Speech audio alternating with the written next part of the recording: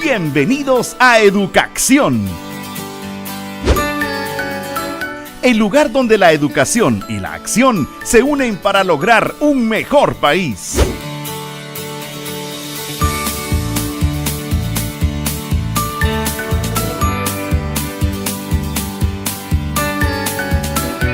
Educación.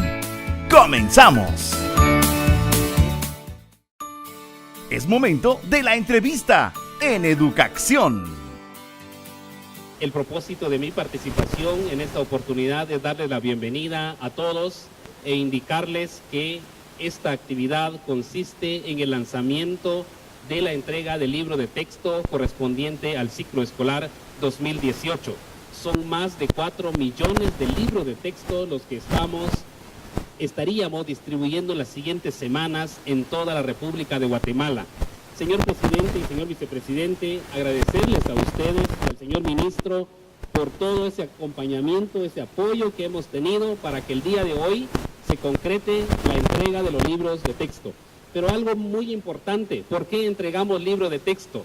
Los libros le sirven al profesor, a la profesora, para facilitar el trabajo en el aula. Son una herramienta de apoyo. Por eso es que nos encontramos de manera permanente mejorando los libros. Hace 2 años, cuando llegamos al Ministerio de Educación, encontramos unos libros de preprimaria que no eran nada adecuados a la edad de los niños de 4, 5 y 6 años. Con las orientaciones del señor ministro, hicimos con un equipo de trabajo, incluyendo maestras de preprimaria, nuevos cuadernos de trabajo para preprimaria. Hemos tenido comentarios de maestras de preprimaria que ahora son mucho mejores para poder trabajar en el aula. Eso es bien importante. Segundo, en nuestro país hay 16.500 escuelas de primaria y de esa cantidad 6.000 escuelas son multigrado, es decir, solo hay 3 o 4 maestros para atender los 6 grados y hay 2.500 escuelas que son unidocentes, en donde hay un solo maestro atendiendo a un grupo de 25 o 30 alumnos de todos los grados. Ellos nunca habían tenido algunas orientaciones sobre cómo dar clases en ese tipo de aulas. Por eso, en esta ocasión, imprimimos un juego de 360 guías de autoaprendizaje para las escuelas que son multigrado o son unidocentes. Esas escuelas en su mayoría están en las áreas rurales y hoy, aparte de los libros de texto, van a llegar un juego de 60 guías para cada docente. Cada escuela multigrado va a recibir 360 guías de autoaprendizaje que le va a servir para orientar su trabajo y cómo trabajar con diferentes grados en un mismo salón de clases. Son aspectos que hemos estado mejorando. Nuestro propósito de país es mejorar la calidad de la educación. Es impresionante ver que el 28% de niños pierde primero primaria y en las áreas rurales el 35% pierde primero primaria. Y de esa cuenta es que también en el Ministerio de Educación en esta ocasión estamos haciendo llegar más de 1 millón de libros de texto en idiomas mayas, porque en el área rural es donde hay un mayor fracaso escolar. Señor presidente, gracias, señor vicepresidente, por todo el apoyo que nos han dado para contribuir, aportar a que mejoremos la calidad de la educación en nuestro país. Para el Ministerio de Educación de Guatemala y para el Sistema Educativo Nacional, hoy es un día muy especial. Estamos haciendo el lanzamiento de la distribución de cerca de 5 millones de textos escolares. Esta vez, cumpliendo con lo que ofrecimos el día 8 de enero, cuando iniciamos el ciclo escolar 2018. En esa ocasión dijimos que el día 22 del mes de enero íbamos a hacer la entrega de los textos escolares. Señor presidente, señor vicepresidente, estamos cumpliendo con ese compromiso. Igualmente, dijimos en esa ocasión que antes de finalizado el mes de enero iban a estar ya en las cuentas de las organizaciones de padres de familia los recursos para la alimentación escolar, la valija didáctica, el 50% de la gratuidad y los útiles escolares. Un proceso que va bastante adelantado y que ya en los próximos días estarán los niños, las niñas y los maestros recibiendo los programas de apoyo en las distintas escuelas del país. El gobierno de Guatemala está cumpliendo, pero este proceso de textos, de programas de apoyos, no es posible si no existe la voluntad política de nuestras autoridades. El hecho de que nuestras autoridades aprueben los recursos para poder nosotros hacer la inversión correspondiente, eso es voluntad política. Y nosotros hemos tenido de parte del presidente de la República y del señor vicepresidente la voluntad de disponer de los pocos recursos que a veces hay en las arcas del Estado para la educación en primer lugar. Así que muchas gracias nuevamente, lo reconocemos nosotros como funcionarios y sabemos que las autoridades locales, los maestros y los niños son los más beneficiados. Estamos hoy, como dije antes, haciendo el lanzamiento de entrega de 5 millones de textos escolares. Y hay algunas características que ya el señor viceministro hizo mención y solo quiero reforzarlas. Estamos haciendo nuevos textos escolares. No nos queremos quedar con los textos tradicionales. Estamos aprovechando el conocimiento, la experiencia de los propios maestros para construir nuevos textos. Hay un texto de primero primaria que ya se está trabajando. Hay también un texto para aprestamiento, para enseñar a leer y escribir, que no existía. Los textos de preprimaria y algo más. Algo que nadie le había puesto atención, señor presidente y señor vicepresidente, al nivel medio. En el nivel medio vamos a tener textos por primera vez en la historia. Estamos trabajando en eso. No es fácil. Eso requiere más recursos, pero estamos buscando el apoyo en organismos internacionales.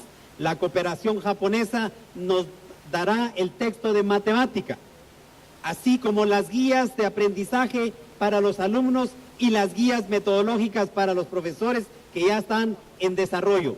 Es una tarea difícil. El presidente me decía hace unos momentos, tanto que hay que hacer por educación, y es cierto, hace falta mucho, pero estamos poniendo las bases para que podamos dar una educación de calidad a los niños y jóvenes del país. Y repito, y con esto concluyo, no es una tarea mía, del presidente, del vicepresidente o de los ministros o viceministros, nada más. Es una tarea de todos los guatemaltecos. Hacer una mejor educación es una tarea de todos y por lo tanto, hagamos nuestra parte. Muchas gracias. Con mucha alegría estamos terminando de empacar todos los libros para poderlos enviar hasta el último rinconcito de nuestro país. Profesores y profesoras, qué gusto tenerles acá. Y antes de saludar a las altas autoridades, quiero hacer referencia de algo que estaba mencionándose acá. Los datos no se me quedaron de memoria, pero dijeron que más de 2,000 escuelas unidocente. Más de 2,000 escuelas unidocente. Un solo profesor para dar 6 grados. Hay más de 2,000 escuelas con doble maestro para 2 o 3 grados cada maestro. 6,000 multigrados. Quiero mandarle un saludo a todos los maestros, a todos los docentes, hombres y mujeres, que dejan su vida para poder atender a nuestros niños. Niños y jovencitos, démosle un aplauso a sus profesores y maestros, por favor.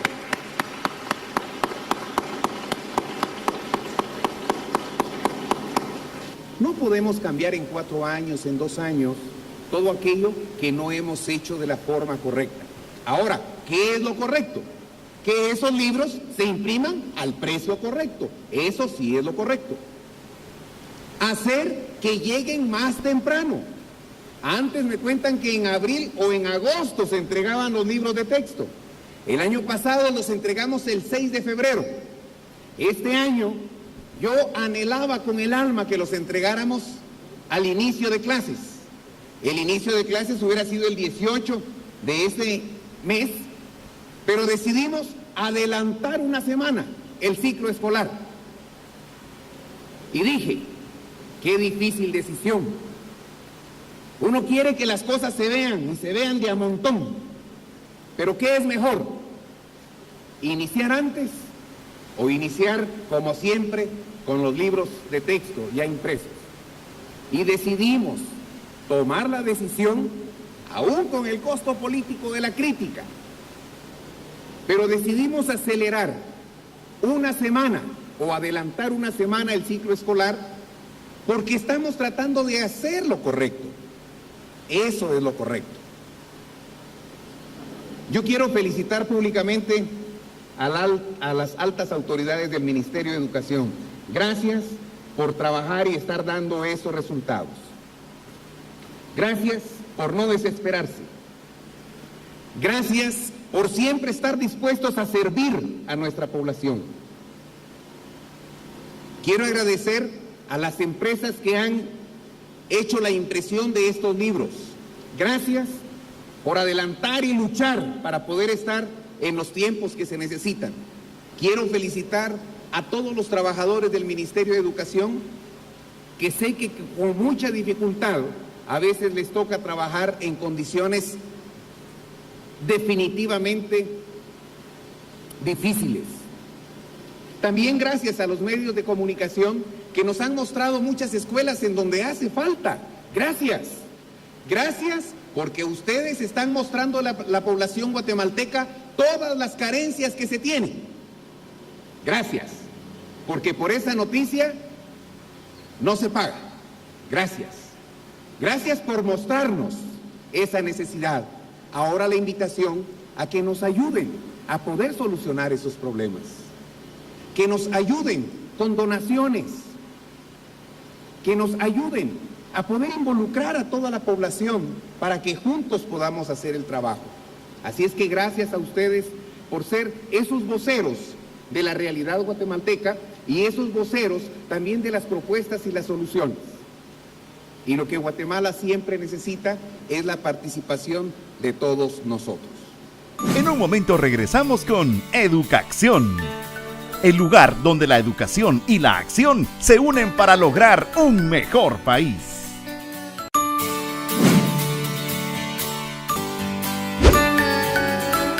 La educación siempre te lleva a la acción. Iniciamos con el repaso. El día de hoy tendremos oportunidad de analizar, estudiar y conversar acerca de una temática que es muy agradable para todos, ya que forma parte de nuestra vida cotidiana. Se trata del lenguaje interior y el lenguaje corporal. El acto comunicativo interno, podríamos denominarlo al lenguaje interior. Como ustedes recordarán, anteriormente hemos estudiado que los signos, la función que tienen es no de representarse a sí mismos, sino representar otra cosa.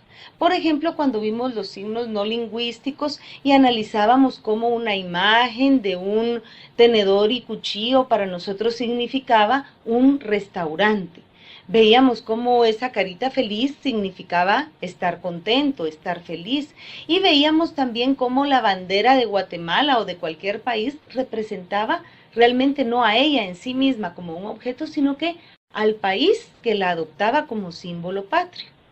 Eso era parte del lenguaje no verbal con los íconos, los símbolos y los indicios. Los indicios eran aquellos que encontramos a nuestro alrededor como parte de la naturaleza. Se transmiten mensajes donde lo que se manifiesta, lo que se presenta, no es el signo en sí mismo, sino una realidad paralela al signo que el signo nos ayuda a mostrar. También encontramos que esa comunicación que nosotros hacemos a través de signos, símbolos o indicios, o también en gran medida, sobre todo a través del lenguaje verbal, podemos tenerla no solo con otras personas, sino que en un acto comunicativo interno. Descifrar esos signos lingüísticos y no lingüísticos se lleva a cabo de un proceso mental, como ustedes recordarán. Ustedes recordarán cuando hicimos el ejercicio de la palabra Corliss.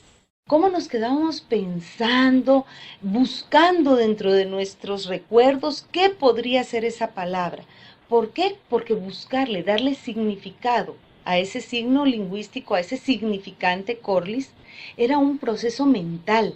De la misma manera, nosotros lo que hacíamos en ese momento es preguntarnos a nosotros mismos, ¿qué es un Corliss? No me recuerdo, buscaré en el diccionario. En ese momento que no hablábamos con nadie, nos estábamos preguntando a nosotros mismos. Mediante este acto comunicativo con nosotros mismos que describíamos al inicio. O sea, podemos describir ese proceso mental mediante el cual buscamos darle significado a un significante o encontrarle sentido a un signo no lingüístico.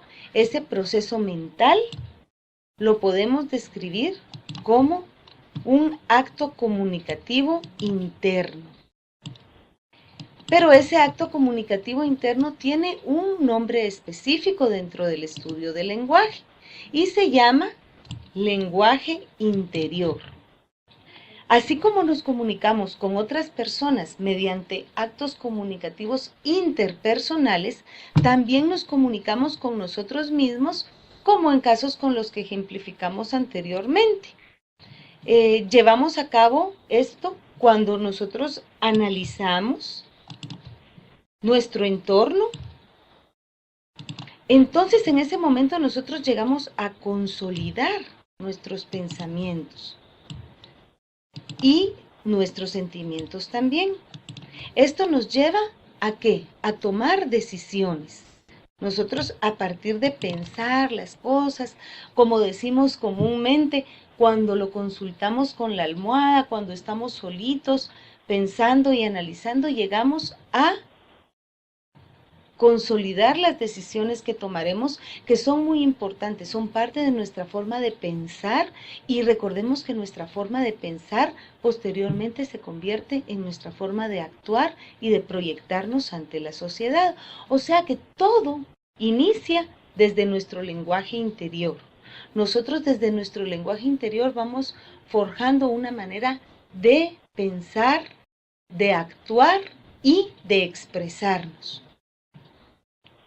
Y a todo esto le llamamos lenguaje interior.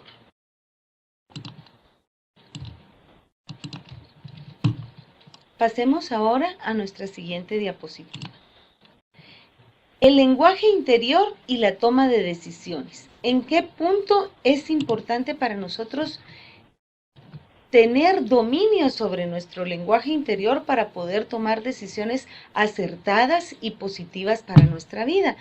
Este punto es muy interesante, no solo porque es parte de nuestra programación temática del lenguaje, sino también porque es algo que es parte de nuestra vida diaria, de prácticamente todos los momentos de nuestra vida diaria, y conocerlo y analizarlo desde sus bases teóricas nos va a servir para tener un mejor dominio sobre nosotros mismos, para poder actuar de una manera mucho más razonada y menos impulsiva, que es lo que a todos los seres humanos nos conviene. En ese sentido, es importante que analicemos cómo influye el lenguaje interior y la toma de decisiones. Realmente esta gráfica que nosotros encontramos acá, esta imagen que nosotros encontramos acá de Homero Simpson, creo que todos la hemos sentido y la hemos vivido en algún momento, cuando tenemos alguna situación difícil que decidir.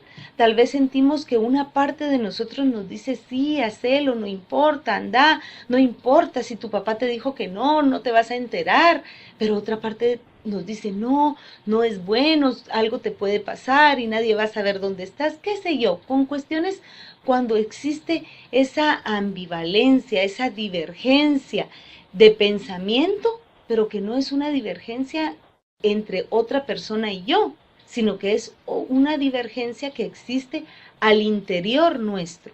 Esa dificultad para tomar una decisión entre, por una parte, tal vez lo que queremos y otra parte, lo que debemos.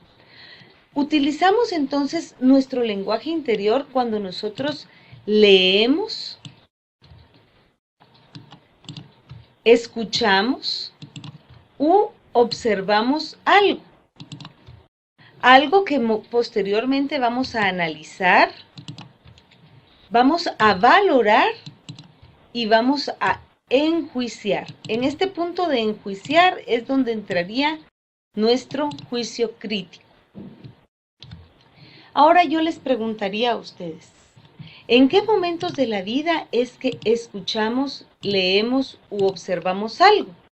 Aunque la pregunta más oportuna sería, ¿en qué momentos de la vida no estamos leyendo, escuchando u observando algo? Tal vez únicamente cuando estamos dormidos, aunque igual estaríamos escuchando, viendo nuestros sueños, aunque no nos recordemos al día siguiente de ellos. Lo que sucede es que vemos, escuchamos y leemos en todo momento porque nuestro cerebro está en actividad constante. En todo momento nuestro cerebro está captando impulsos, enviándonos mensajes, ayudándonos a captar y a comprender nuestra realidad. Entonces, en todos esos momentos, en la mayoría de ellos, nosotros podemos trabajar para tener el control sobre lo que nosotros pensamos, ya que eso nos va a ayudar a actuar de mejor manera, a actuar para nuestro propio beneficio. A partir de estos juicios, de cuando enjuiciamos, nosotros analizamos, ¿verdad? Vemos algo y lo analizamos, decimos, bueno, esto está pasando por tal y tal razón y lo que puede suceder después, nos proyectamos, lo valoramos, decimos, es bueno o es malo, le damos un juicio de valor, lo hacemos con las situaciones, con las personas, de ahí nosotros decidimos, no, esta persona hace cosas que a mí no me agradan. Yo valoro esto, mi juicio es que esto es negativo y entonces ya mi decisión es apartarme de esa persona. Por eso es que el lenguaje interior nos ayuda a tomar decisiones a partir de los juicios de valor que nosotros emitimos a las situaciones que analizamos previamente. Esas decisiones en verdad pueden ser muy complejas, como lo que decía ahorita, bueno, esta persona es positiva, es negativa, o algo mucho más complejo que todos ahorita podemos estar analizando. Bueno, ¿qué carrera voy a tomar en la universidad? Estoy empezando a cambiar de opinión. Yo pensaba derecho, pero he hablado con un abogado y él, pues su trabajo no se me hace muy interesante, entonces estoy pensando otra cosa, tal vez ciencias de la comunicación. Bueno, vamos nosotros analizando realidades y tomando decisiones, pero no pensemos que esas decisiones van a ser algo que vamos a tomar esporádicamente y cada temporalidad muy larga, sino que son decisiones también de día a día, de minuto a minuto. También enjuiciamos, bueno, me pongo esto, no me pongo esto, salgo ya, es tarde, es temprano, parece que va a llover, voy a llevar un paraguas. Todo ese mundo de pensamientos y de toma de decisiones vive con nosotros constantemente y se llama lenguaje interior y nos sirve, nos es útil para formar nuestra manera de pensar, de actuar, de vivir y de expresarnos. Esas decisiones que surgen de nuestro lenguaje interior van determinando y van consolidando todo lo que somos y nos van ayudando a proyectarnos hacia aquello que queremos llegar a ser. Pasemos ahora a nuestra siguiente diapositiva. El lenguaje interior y el juicio crítico. Veamos ahora cómo se vinculan estas dos, aunque ya más o menos empezamos a conversar en la diapositiva anterior. Pero aquí veamos algunos ejemplos un poquito más claros. Vemos cómo manejar nuestro lenguaje interior, pero manejarlo adecuadamente, nos puede ayudar a analizar con serenidad y con calma diversas situaciones. Y cuando nosotros nos tomamos el tiempo para analizar con serenidad o calma, podemos pensar mejor. Y eso nos va a llevar a tomar las decisiones adecuadas. Es muy importante que a partir del lenguaje interior trabajemos nuestro juicio crítico, lo que decíamos en la diapositiva anterior, pero de manera razonada. Por ejemplo, Guatemala acaba de tener una catástrofe, o sea, hubo un temblor muy fuerte en varias partes del país, pero en un sector fue un terremoto. En ese momento, nosotros podemos, en un momento similar, nosotros podemos tomar la calma y decir, bueno, voy a pensar, ¿puedo salir? ¿No puedo salir? ¿Por dónde va a salir? Hay muchas personas, si me quedo aquí tengo mayores probabilidades de estar bien, voy a buscar en este mismo sitio un lugar seguro, y no si dejamos que nuestro lenguaje interior fluya y nos diga, tengo que salir de aquí, y salgamos corriendo, empujando, lastimando. Entonces, ahí el juicio crítico y el lenguaje interior manejados, dominados de una manera racional, nos lleva a estar en unas situaciones mucho más seguras y a manejarlos de una forma más adecuada. El repaso. Por hoy terminamos. Esperamos que lo aprendido te haya servido. Te esperamos la próxima semana en otro programa de Educacción, el lugar donde la educación y la acción se unen para lograr un mejor país. Ministerio de Educación, comprometidos con la educación.